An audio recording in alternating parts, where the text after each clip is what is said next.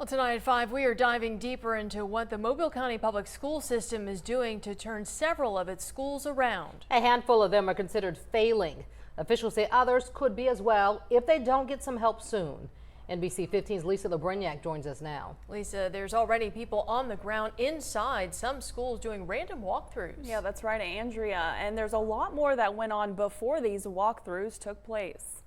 We've had to figure this thing out, and we've done a great job. But the superintendent knows there's still a long way to go. These are the schools in our area that are on Alabama's failing list: BC Rain High School, Blunt, Booker T. Washington, LaFleur, Pillins, Viger, and Williamson High School. There are other schools that are also on the list that are not failing but need some guidance. The first team I'll introduce you to is the ARI team. This is the team that is tasked with ensuring that the Alabama Literacy Act is being fully implemented, and they are also supporting each of your elementary schools in that K-3 grade span. These schools have been receiving some more regional support since November of 2022. There's also folks inside the classrooms that are not only focused on the Alabama Literacy Act, but they're also making sure the Alabama Numeracy Act is being fully implemented.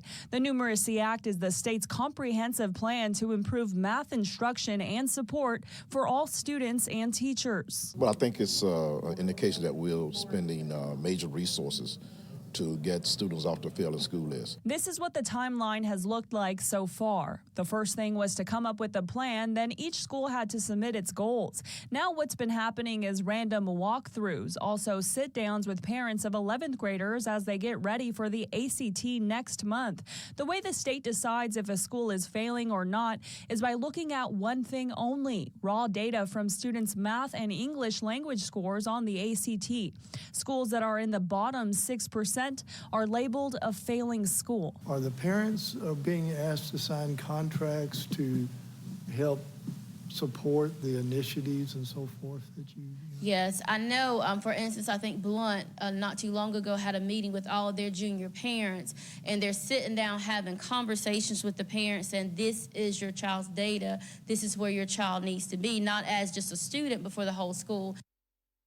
You're probably wondering why there were some middle schools and elementary schools on that failing list earlier. That's because they take something called the ACAP test. It's basically the same thing as the ACT. The problem some officials have with this, though, is only 11th graders in high school take the ACT, whereas every grade level in elementary and middle school take the ACAP. So in the end, the 11th graders determine if that school is failing or not. Andrea, Kim.